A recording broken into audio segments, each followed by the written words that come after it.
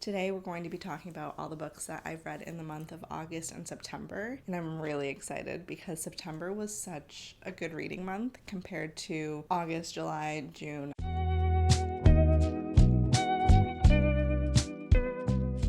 If you've watched my getting out of a reading slump video, you've probably already seen this mug. I did a little Mexico City haul, and this mug is in there. My favorite mug that I own currently. You are catching me right after work. It is the end of work, so if the lighting is a little bit off, I do apologize. I think it looks okay though. Hopefully the lighting doesn't get too bad as it continues to get dark. I normally don't film after work because I'm usually exhausted, but I don't know. I made myself a cup of tea. I'm just gonna kind of get cozy and talk about these books, nothing too serious. Okay, so I haven't even introduced myself, but hi, hello, I'm Kat. Thank you so much for clicking on my video, and I hope you decide to stick around and keep watching. So we're gonna talk about the books that I read in August and September, and then we're gonna do a little reading challenge check-in, see if I've made any progress in any of the reading challenges that I'm participating in. Before we do dive into the books, I do want to say thank you so much because just yesterday I actually hit 1,000 subscribers on YouTube. I have a really hard time picturing that many people in a room, but that's so freaking wild, and it just makes me so happy that I'm starting to build this little community. So thank you very much. I very much so appreciate it. Of course, I feel like I have to do a 1K Q&A. I think it would be a lot of fun to get to know me a little bit better, maybe ask any kinds of questions that you have. If you have any, part of me is no one's gonna ask me anything. That's really nerve-wracking. I think I'm going to post on my Instagram a little question box. So if you want to follow me on there, if you're not already, I will post a little story asking for questions. I might also add something to the community tab if you want to ask questions there. I don't know, it's easier, so I'll do both. And we'll see. Okay. Without further ado, let us jump into the books that I've read. As you can see, I have a stack, and it's just 3 books because I made so much use of my library. I listened to a lot of books on audio, and I also read a lot on my Kindle. Shout out to the library. They came through for me. So like I said, August was the worst reading month for me.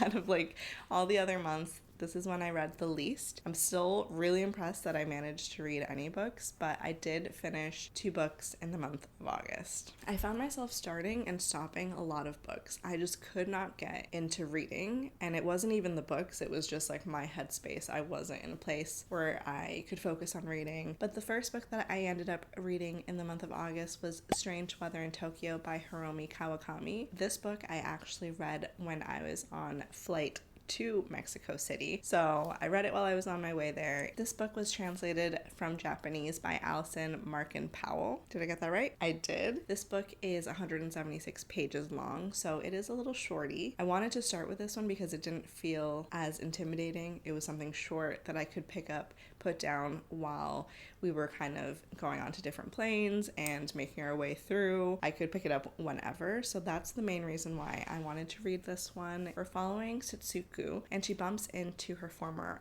high school teacher at a bar, and they kind of keep bumping into each other, keep interacting, getting to know each other better, and forming a friendship, and kind of getting to know each other even more from there. So you get to see how that relationship progresses. It's really sweet. I don't want to say too much because it is a short book. I really enjoyed this one. It was really sweet, really heartwarming. There were so many funny moments within it. I didn't know how I would feel about the characters and the dynamic, but I don't know, the way that they were written, it just was so sweet and heartwarming. I just really loved reading about their interactions and how they showed each other that they cared in their own way. I thought that that was really beautiful. Honestly, my memory is kind of fuzzy because I read it so long ago, but I did really enjoy it when I was reading it. All right, and then the next book that I read in August, I actually read towards the end of August. It just barely made the mark. And this is the book that I listened to during my getting out of a reading slump vlog, and it was really good actually, by Monica Heisey. I talked about it a little bit in that vlog, so I don't want to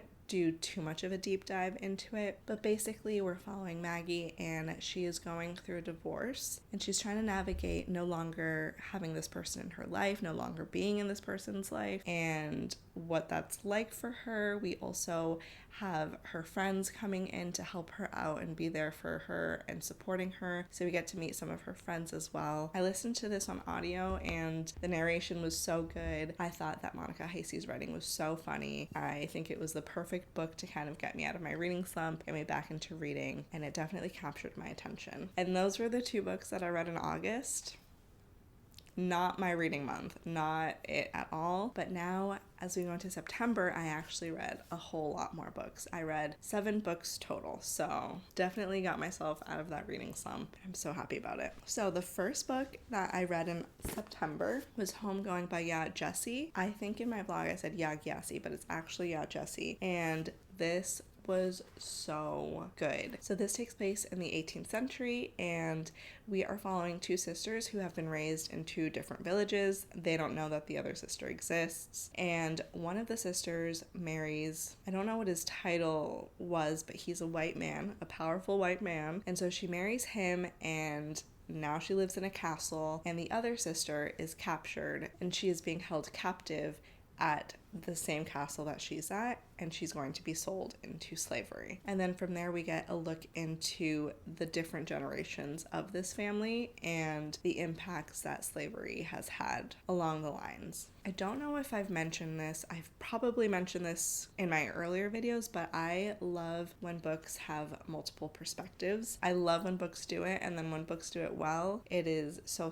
good. And this one is no exception. Gyasi is so talented in her writing and being able to write so many different people. I was captivated from the moment that I started this. I want to read Transcendent Kingdom so bad now. Anything else that she writes, I will be reading. I've heard so many praises on this book, and I'm just here to be another person to say that this book was amazing. And if you haven't read it yet, I highly recommend it. It was so good. I loved it. I'm so glad I own it too, because I definitely annotated so much in this book. But yeah, that was Homegoing. Started off September on such a high note. Okay, and up next, I don't have the physical copy because I got the ebook from my library and I also listened to it on audio, and that was August Blue by Deborah Levy. This was my book club's book pick for the month of September. Yeah, for September. We are following this famous pianist. She was a child prodigy. One day she's performing on stage and just mid-performance walks off stage and leaves. So we're following her as she's going to, I don't remember where she goes.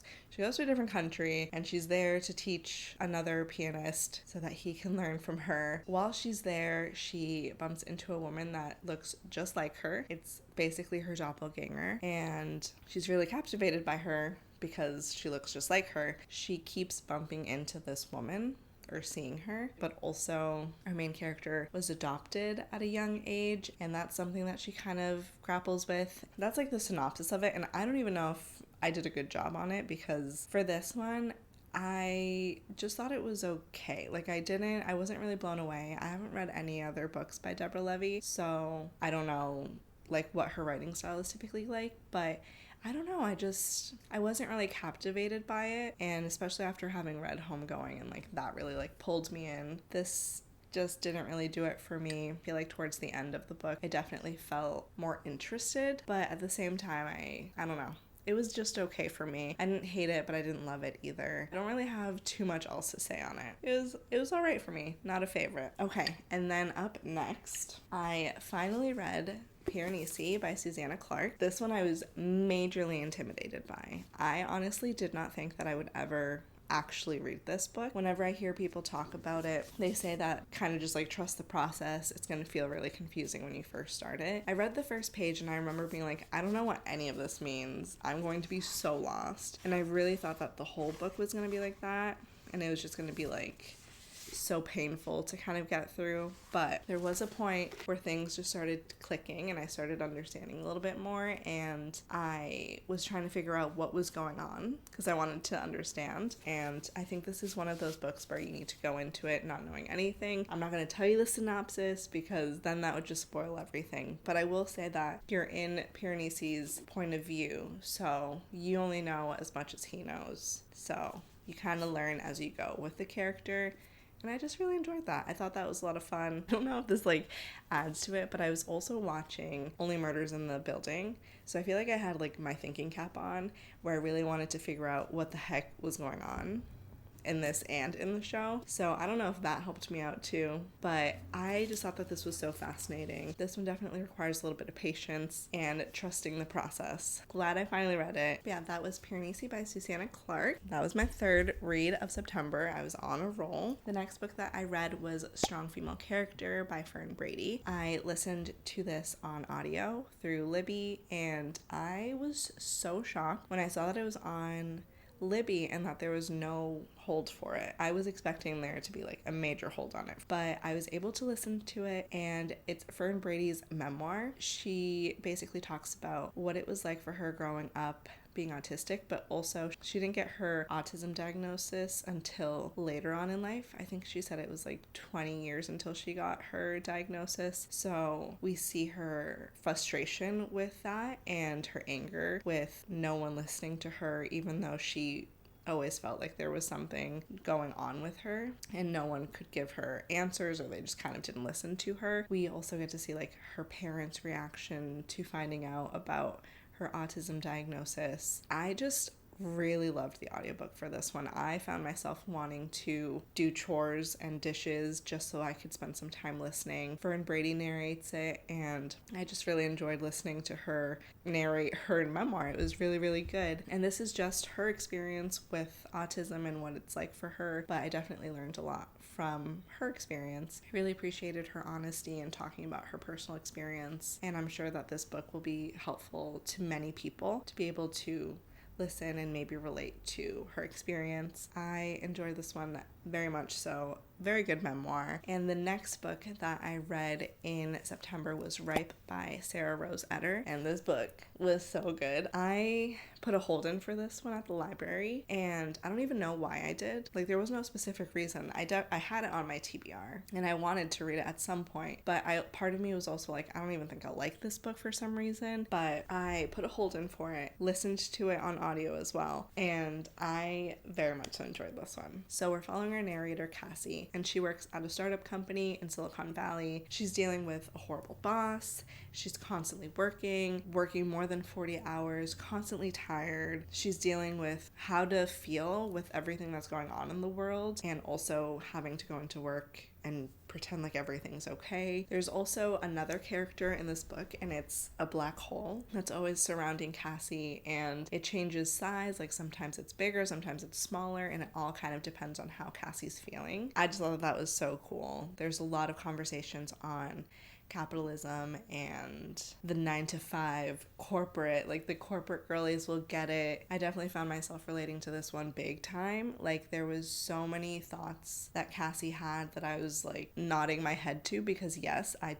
totally agree and I felt similarly. So yeah, I was beyond impressed with this one, and I think maybe the fact that I just like wasn't expecting much to begin with really added to my experience, but I really liked it. I don't have the book, but I do have my iPad, and I wanted to share just some quotes that, I don't know, really stuck with me and I saved because I just really related to them. So the first quote that I'll read is, "I almost lost myself in the thrum of productivity, but beneath checking items off my to-do list, beneath the mask of my fake self, a sound bangs inside of my chest like a drum, my heart chanting no, no, no." And then this final quote, "How does anyone bear themselves? How can anyone stare into the darkest corners of humanity and return to the office, enter the meeting room, and deliver the presentation? How do we all just keep working?" So yeah, I very much so enjoyed this one. I was so surprised by it. I also listened to Jalen's Reading the Room podcast where he interviewed Sara Rose Etter, and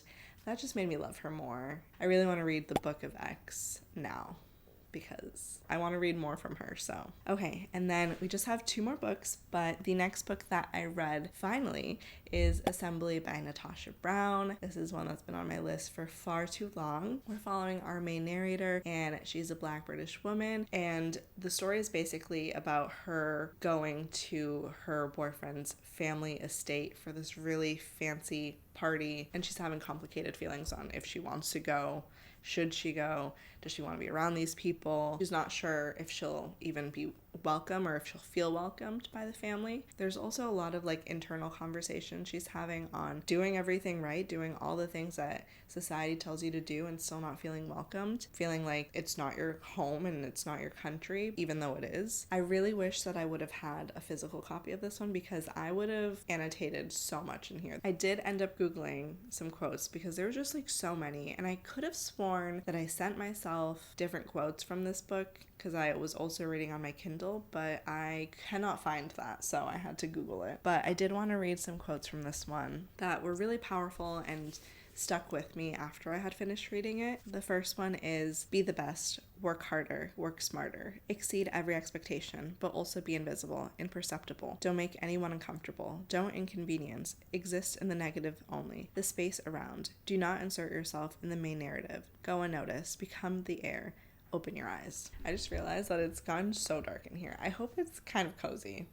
I don't know. I tried to like add as many lights as I could, so hopefully that's okay. But anyways, that one definitely stuck with me. The next quote is, how do we examine the legacy of colonization when the basic facts of its construction are disputed in the minds of its beneficiaries? Even that which wasn't burned in the 60s by British officials during the government-sanctioned frenzy of mass document destruction. Operation Legacy, to spare the Queen embarrassment. The more insidious act, though less sensational, proved to have the greatest impact, a deliberate exclusion and obfuscation within the country's national curriculum. Through this, more than records were destroyed. The erasure itself was erased. And that's just like two of them. When I was reading through, like, I could not stop highlighting things in the Kindle. Just really interesting conversations on racism and class and dating someone who is so privileged and also doesn't really recognize the privilege. So I don't know, this was just a really fascinating read. It is a short book, but it definitely packs a punch. But yeah, that was Assembly by Natasha Brown. So good. Glad I can finally check that off my list because it's been on there for a while. Okay, so the final book that I read in September is Squire, and it is a graphic novel. It is a young adult, or no, I think it might be middle grade. I think it's a middle grade graphic novel. So we're following Aitza, who has always wanted to become a knight, and once that opens up, she takes that opportunity because on top of always wanting to be a knight, that is a way for her to get citizenship. However, when she tells her family that she wants to enlist, they definitely are protective of her because there are no people are not treated kindly, are looked down upon, and she has a tattoo that she has to hide because that gives away the fact that she is or no. So her parents let her, she signs up, she hides her tattoo, she hides who she is. While she's there, she kind of gets to hear what people say about or no people and the false assumptions that they have. And she also has to start grappling with the fact that her people aren't safe and she's fighting against them. I really liked this book. I thought it was so good.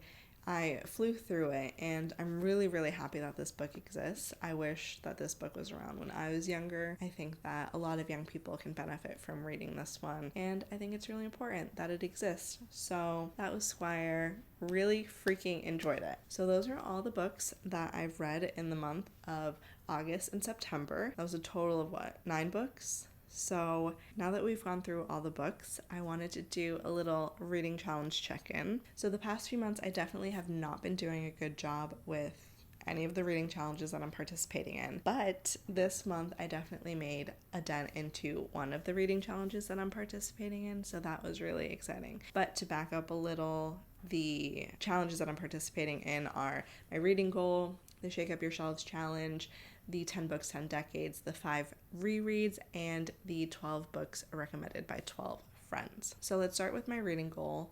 I have that currently set to 50 books this year, and after August and September, I hit 45 books. So now I'm 45 books out of 50 complete. Let's move on to the Shake Up Your Shelves challenge because I have made some progress. For the book based on a myth, legend, fairy tale prompt, I'm going to put Piranesi under that one. For the book that's been on your TBR for over a year prompt, I'm going to be putting Homegoing under there. And then for a book written by an author with a disability prompt, I'm going to put strong female character under that. So that brings me to 14 out of 16 prompts complete, which brings me to 88% complete. So I just have 2 more to go, and then I'll be 100% done with this challenge. So for the 10 books, 10 decades, I sadly have not made a dent. I'm still at 3 prompts completed out of 10, so 30% complete. For the 5 rereads challenge, I have yet to reread a single book this year, so I am still at 0% complete for this one. If anything, it's making me realize that I'm not a big rereader. I have a really hard time going back to books for some reason. I think it's just because I get so excited to read other books that I just don't want to read anything else. All right, and then for the 12 books recommended by 12 friends, I have also not completed anything for this one, so I am still at 2 prompts out of 12 complete, which brings me to 17%. So let's hope that the next few months I'm able to do some major reading so that I can complete some of these challenges. I am like losing hope, but it's still fun to participate in challenges. Who knows, maybe I'll surprise myself by the end of the year and I'll have done some more prompts for all of these challenges. Those are all the books that I've read in August and September. September was a beautiful month reading wise. I was able to read so many books and so many books that I really, really enjoyed, and I'm hoping that I can just kind of continue on for the next bit of the year. Hopefully I can hit my reading goal, make some dents in some of these challenges, and yeah, just keep the reading going. I've definitely gabbed on for a while, but I would love to know in the comments, what are you currently reading? Is there a new favorite you have? I'd love to know. I hope you are having a great October, aka the best month ever. And I might be biased because my birthday is in October, but I just love the fall, and October as a month is just like so good. It's my favorite month all year. So I hope you're having a good October, and if you're not, I hope it turns around. Once again, thank you so much for all the support. I still can't believe I hit 1K. Like, that's absolutely wild to me, but very much so appreciated. So thank you so much for clicking and interacting with my content, and I hope to come out with some fun, exciting things. I definitely am still feeling really inspired. I just need more time. Like, I need more time in the day to do all the things that I want to do. But yeah, that's enough of me. I hope you have a great day. Thank you so much for clicking. I hope you enjoyed it, and I'll see you in the next video.